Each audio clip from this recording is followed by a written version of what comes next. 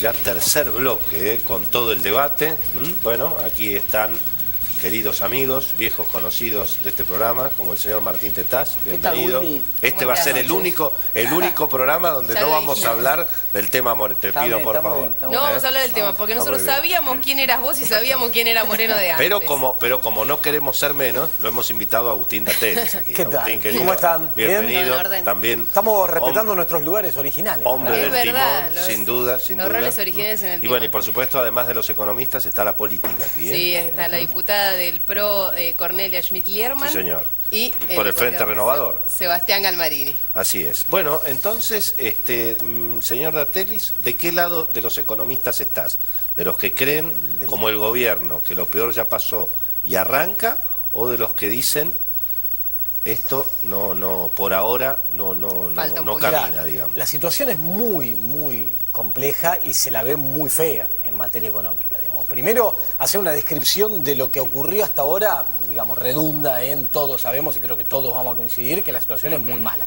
Caen muy fuerte los indicadores de consumo. Hoy justo salió uno de la CAME, la Cámara Argentina Mediana Empresa, 8,1 negativo anual, veníamos de menos 9,8, menos 9,2, o sea, cae el consumo, ha habido una pérdida por adquisitivo muy fuerte, que es lo que está haciendo que caiga el consumo, cae la actividad industrial, cae la actividad económica en general, algunos sectores en particular, construcción, automotriz, pasando una situación muy delicada, problemas en el mercado de trabajo, pérdida de puestos de trabajo, gran cantidad de argentinos cayendo por debajo de la línea de la pobreza. Eso tiene un impacto social tremendo. Ahora, dentro de pocos días, la Universidad Católica Argentina vuelve a comunicar datos nuevos, actualizados, y dicen que la situación es muy compleja. Finalmente, entonces, estimado, es el ajuste.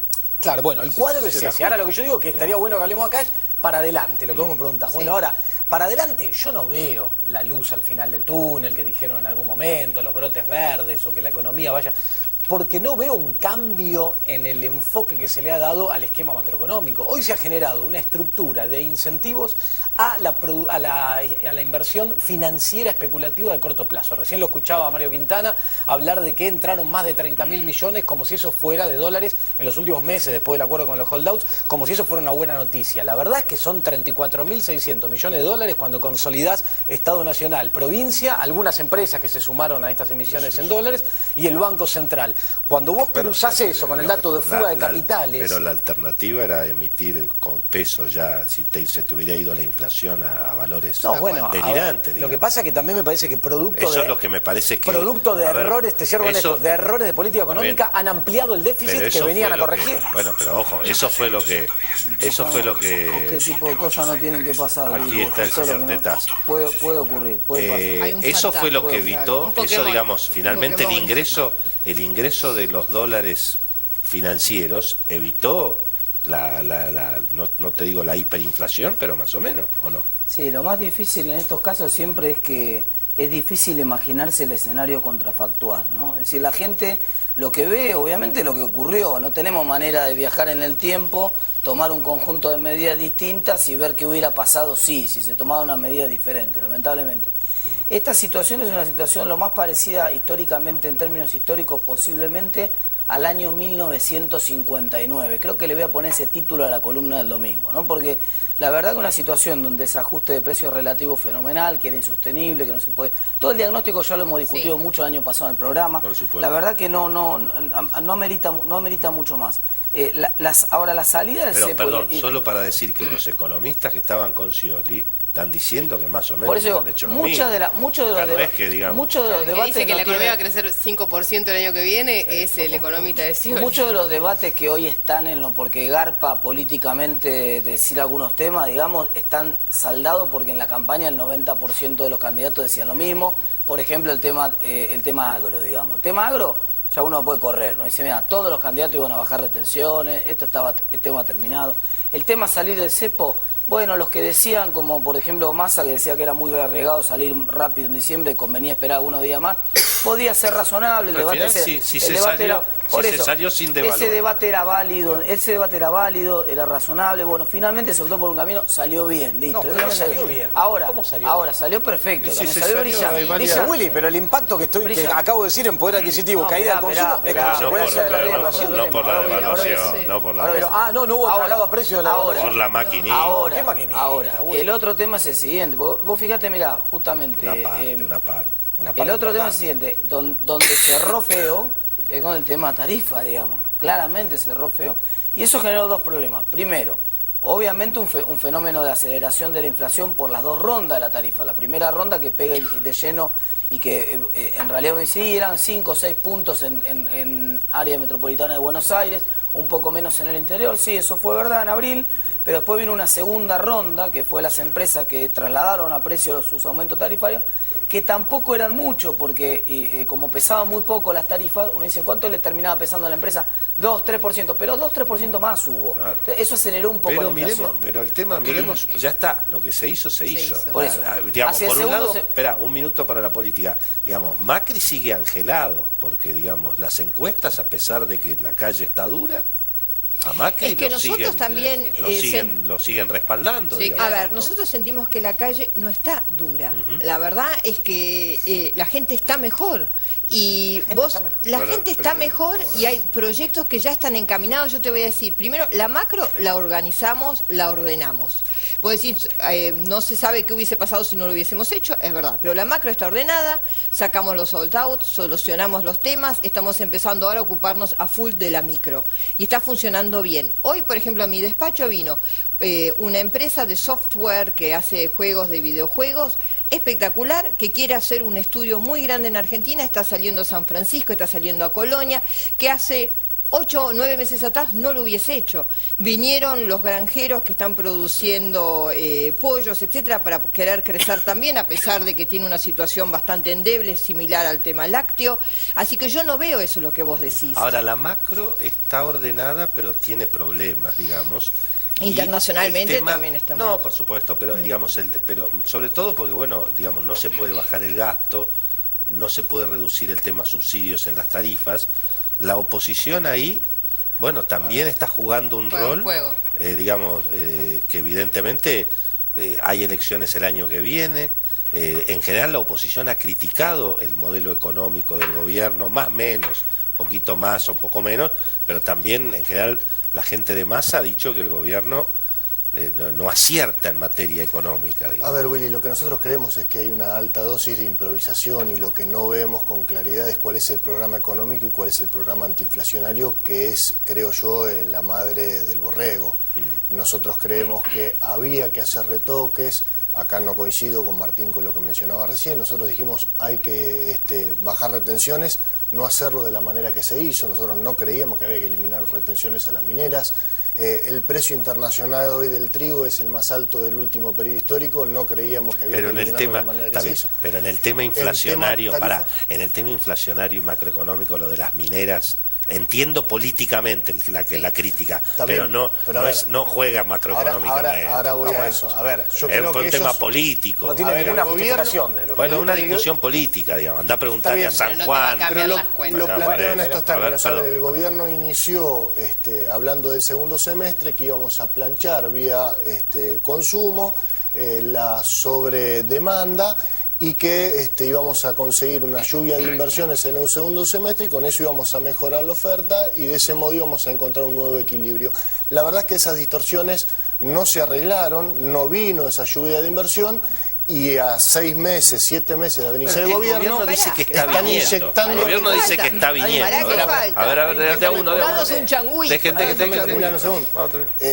Y por el contrario, iniciamos este proceso, este ciclo económico diciendo tenemos que equilibrar las cuentas, bajar el nivel de déficit y equilibrar la macro. Bueno, hoy el nivel de déficit es más alto del que inició este ciclo y además encontramos que el gobierno viró de una manera por lo menos interesante, diciendo ahora vamos a inyectar recursos en la obra pública, vamos a inyectar recursos en los jubilados.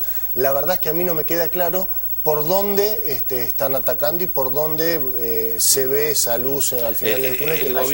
El gobierno y algunos economistas, digamos, están diciendo que sí, que digamos que va a llegar esa mayor inversión, esa mejora relativa en el salario. Ahí, Martín, ¿vos cómo lo ves eso? Hay un tema muy importante que para entender la naturaleza de la crisis, yo me acuerdo en abril del 2014, cuando empecé a escribir que la inflación estaba bajando y me empezaron a insultar de todos lados, porque sobre todo la propia gente que pensaba más parecido a uno me dice, ¿cómo estás diciendo que la inflación está bajando? Dije, no, es que no comprendieron la causa de la inflación. Y cuando después lo que empecé a explicar era que iba a recuperarse el consumo en la segunda mitad del 2014, también parecía un loco en el medio de la... Yo dije, miren, lo que está ocurriendo, que ocurrió en el 2014, es que por la devaluación hubo una suba de precios mayor de la que venía viendo los meses anteriores. Cuando pase ese efecto va a bajar la inflación en el segundo semestre, y cuando baje la inflación, como las paritarias van a haber recuperado parte de la capacidad adquisitiva, va a haber una recuperación de consumo en la segunda mitad de 2014. Pasó exactamente eso. Hace unos meses que vengo diciendo que esta crisis es muy parecida en el comportamiento del consumo y de la inflación a la crisis del 2014. ¿Por qué? Por eso el argumento ese de van a bajar la inflación enfriando el consumo, la causalidad es exactamente al revés. Es decir, la causalidad está yendo de que en realidad la causa por la cual estamos en recesión, la causa por la cual bajó el consumo fue la inflación. No es al revés. Entonces, en la medida que baje la inflación, se va a empezar a recuperar el consumo. Ahora, Martín, mira, el dato, déjame terminar con este dato. Eso no cuenta la baja red. Déjame terminar con este dato, Seba, déjame terminar con este dato. Mira, recién Agustín comentó el dato de CAME. El dato de CAME es un dato central. Cuando vos lo mirás la foto nada más, 8,1% de caída de consumo en el mes de julio, es escandaloso.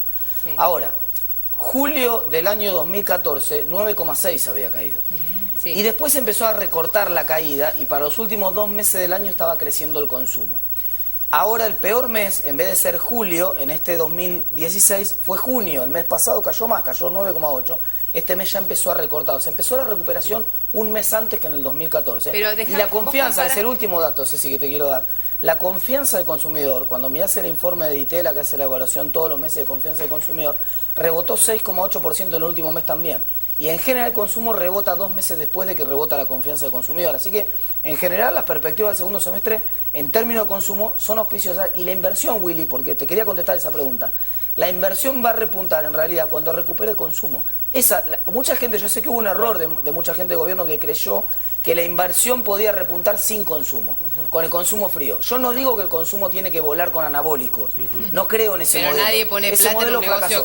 Pero nadie pone plata en un negocio con incertidumbre. Celebro y comparto, una de las pocas cosas que compartimos con Martín, esta cuestión al filo de una... pero sí es cierto que es necesario primero estimular el consumo para que ocurra la inversión, una de las cuestiones que tantas veces hemos discutido y que claramente es así. ¿Cómo cuando uno va a un esquema como el del último tiempo... Ok, pero hoy ¿cómo haces para estimular el consumo? A ver, yo no soy tan optimista si bajás la tasa de interés, si bajás la tasa de interés, la inflación, te empieza a porque correr viene la inercia del tsunami de peso del bueno, final. No va a pasar por expectativas. En la medida que las expectativas confirmen lo que está pasando, que ya toda la inflación electrónica, las inflaciones de supermercados, que se relevan la consultora que miden por internet, todas dieron abajo de 2% en julio, con un componente de arrastre estadístico altísimo. Para el mes que viene van a ser todavía más bajas. Pero mirá, ¿por qué se dice? Con respecto a inflación, porque no tan pinchada. Salió un dato, más o menos los datos coinciden en que de manera interanual, o sea, junio contra junio del año pasado, están 42. El propio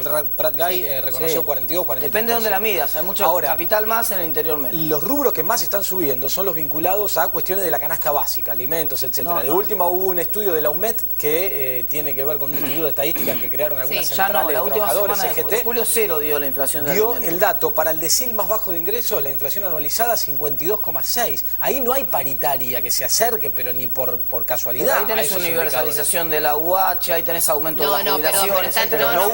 Está hablando de trabajadores. Esa inflación es para el grupo de trabajadores, el decil más bajo. Del decil más bajo. Y ahí son afectados de una manera. Pero ese informe también dice que la pérdida de poder adquisitivo en mayo era 12 y en junio era 9.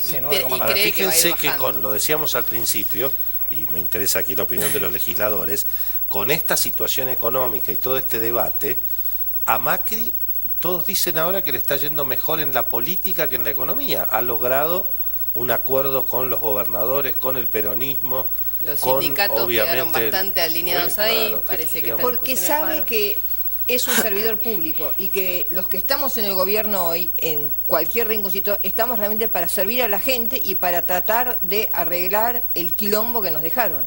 Esa es la verdad, y la gente eso lo entiende. Yo decía el año pasado, a veces en el recinto, que si seguíamos con esta política acá, lo que nos iban a dejar es un país refundido. y nosotros lo estamos refundando. Por ejemplo, la ley Pymes es extraordinaria. Por eso yo también digo que, en especial Mauricio Macri, es un estadista y se van a dar cuenta, sin lugar a dudas, seguramente a mitad del año que viene. Vos hablaste del trigo y la verdad que el trigo no es el precio que vos estás diciendo, es la mitad de lo de récord y además en la provincia de Buenos Aires ya se sembró 23% más y tenemos posibilidades hasta el 15 de agosto que el triguero siembre más aún. Así que hay una gran confianza de la gente. El maíz lo mismo. Hablaste de las pymes, ¿no? Digo, más allá de la ley está bien, yo comparto que es buena, pero hay es que una implementarla. intención, pero además es una intención, si no hay un giro en el marco macroeconómico, hoy las pymes están enfrentando una tormenta perfecta, hoy están enfrentando caída de la demanda, aumento de los costos, tarifazo mediante, ni que hablar, aumento de las importaciones de bienes de consumo, no de insumos para la industria, de bienes de consumo aumentaron 45%. Pero los precios también los pudieron aumentar. aumentar. Suba de tasa de interés. Los precios, un poquito los precios los pudieron aumentar. Bueno, digo, hoy no están... no es solamente que les aumentó la luz, que es verdad, un poquito. Está bien, pero si vos le sumás a eso... Si no, la inflación no estaría donde está. Pero si vos le sumás a eso una caída de la demanda en el mercado interno como está cayendo, un aumento de la competencia de bienes importados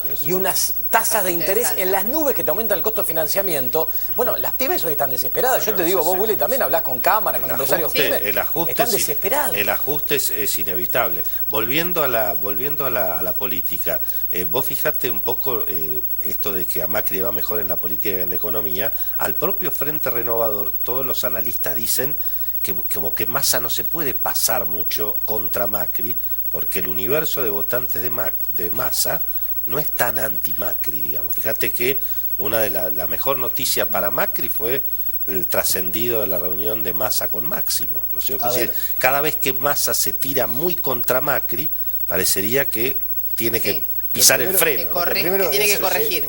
Esa supuesta reunión no existió. Pero independientemente de ello, a ver, yo creo que efectivamente hay un clima de diálogo político diferente que teníamos hace un tiempo. Creo que en parte tiene que ver con los modales del nuevo gobierno y en parte también con una decisión que fue la gente votando, que fragmentó el Poder Legislativo Nacional y gran parte de los poderes legislativos provinciales y municipales. Ahora, si eso es mayor o menor éxito político del gobierno, la verdad no me animo a decirlo y tampoco quisiera hacer un balance definitivo apenas 8 meses.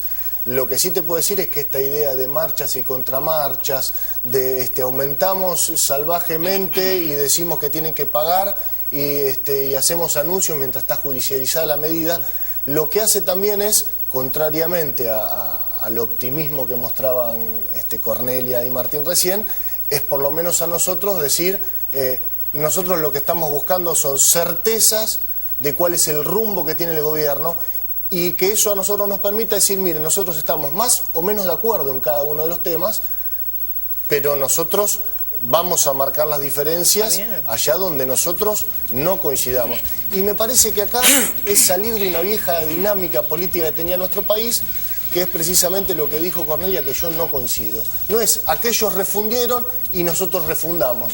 Yo la verdad no creo que la Argentina se construya cada ciclo político diciendo el que vino hizo todo mal y el que viene dentro de 10 años vamos a decir todo. La verdad fue el peor gobierno, el más corrupto. Yo no creo en eso, creo que hay que construir un ladrillo arriba del otro y terminar con esta vieja historia de que como a vos te va mal, yo saco ventaja política y entonces evalúo que el año que viene te gano.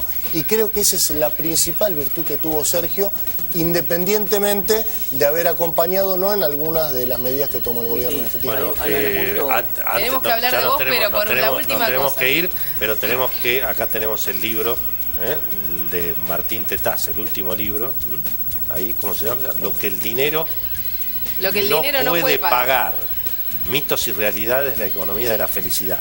¿Qué es esto? ¿Qué es la economía de la felicidad? Bueno, eso desde ya hace prácticamente 40 años que hay encuestas de felicidad, son encuestas subjetivas, le preguntan a la gente cuán satisfecho está con su vida en una escala de 1 a 10, cuán feliz es, qué nota le pone al boletín de su vida, y los economistas han empezado hace unos años a cruzar esos datos de felicidad y descubrir algunos resultados interesantes. Por ejemplo, que los países que tienen más PIB per cápita no necesariamente son los más felices, que entonces el mero crecimiento del PBI no tiene tanto sentido y que es mucho más importante el uso del tiempo. Entonces aparecen cosas que son muy importantes, propuestas que van a ser revolucionarias para empezar a discutir la Argentina de los próximos 20 años, como por ejemplo la reducción de la jornada laboral.